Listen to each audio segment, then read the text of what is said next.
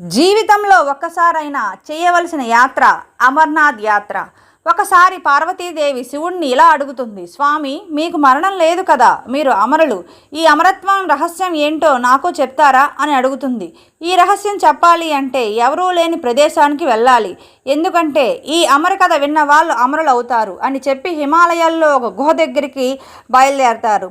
దారిలో తన వాహనమైన నందిని ఒక దగ్గర వదిలేస్తారు. ఆ ప్రదేశాన్నే ఇప్పుడు మనం పెహల్గాం అని పిలుస్తున్నాం.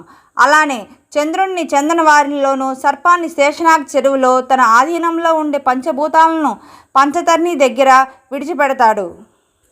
శివుడు గుహలోకి వెళ్ళి తన డమరుకనాదం చేస్తాడు, చుట్టూ ఉన్న మూగజీవులు దూరంగా పారిపోవడానికి.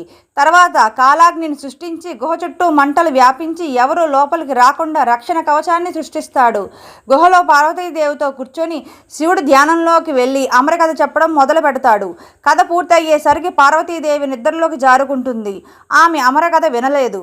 అప్పుడే పుట్టిన గుడ్ల నుండి బయటికి వస్తున్న 2 పావురాలు ఈ కథను విని అమరులు అవుతాయి. శివుడు కోపంతో త్రిశూలాన్ని వాటి పైకి వదలబోతాడు. అవి అమరులు అని గ్రహించి ఆగిపోతాడు. శివుడు అమరకథ చెప్పిన గుహనే ఇప్పుడు మనం అమర్నాథ్ అని పిలుస్తున్నాం.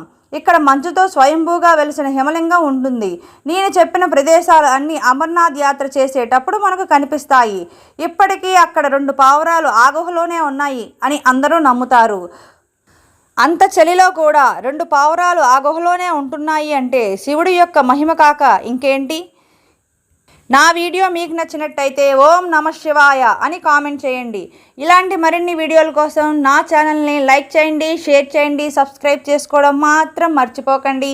Thank you for watching.